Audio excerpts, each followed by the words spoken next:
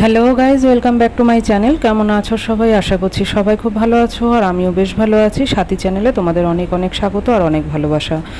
তো good evening জানিয়ে, হ্যাঁ গুড মর্নিং বলবো না, কারণ বিকাল থেকেই আজকে ব্লগটা আমি স্টার্ট করলাম।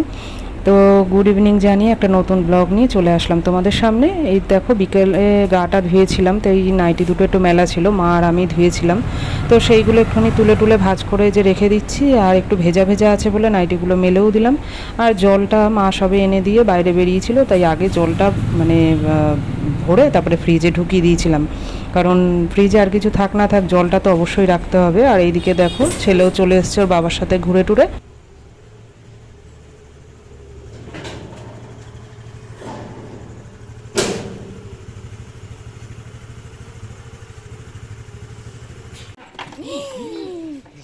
বাবা রে,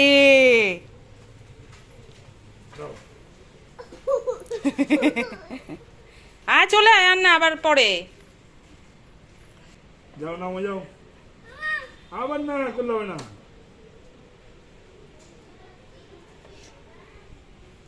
আয়, নেমে আসবি তো, বাবা কাজে বেরোবে কিন্তু, শিগগিরই আয়। এই কাজে যাবো, যাও।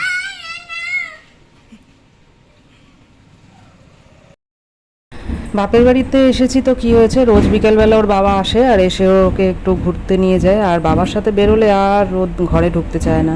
তো যাই হোক, জোর করে নিয়ে টিয়ে ওকে একটু খাইয়ে টাবিয়ে এই যে বসলাম, একটু মাথায় একটু তেল দেবো, কেন এত পরিমাণে গরম পড়েছে আর আমার প্রচণ্ড মাথাটা ঘোরাচ্ছে মানে আজকে সকাল থেকে। সেই জন্য একটু মাথায় তেল টেল দেবো, কালকে সকালবেলা একটুখানি মাথাটা ঘষে নেব। আর এখন তো আর তেল টেল দেওয়াই হয় না, আগে তাও একটুখানি মানে যতদিন ঠাকুমা ছিল একটুখানি দিয়ে টিয়ে দিত, চুল টুল বেঁধে দিত।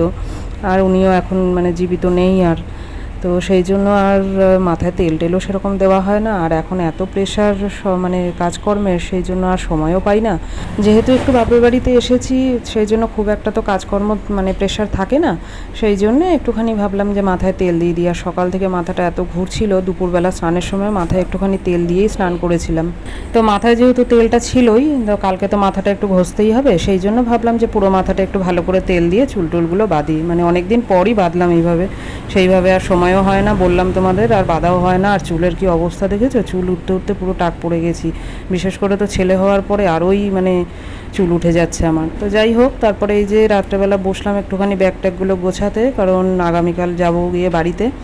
তো সেই জন্য যতটা পারছি একটু গুছিয়ে টুছিয়ে রাখি, তারপরে যেটুকু বাকি থাকবে সকালবেলা ঢুকিয়ে নেবো ব্যাগে। সকাল সকালই একটু বাড়িতে যাব, কারণ ওই বাড়িতে আবার আমার ননদ নন্দাই সব আসছে কালকে, জামাই ষষ্ঠী তোরা আসতে পারেনি, সেই জন্য কাল আসবে।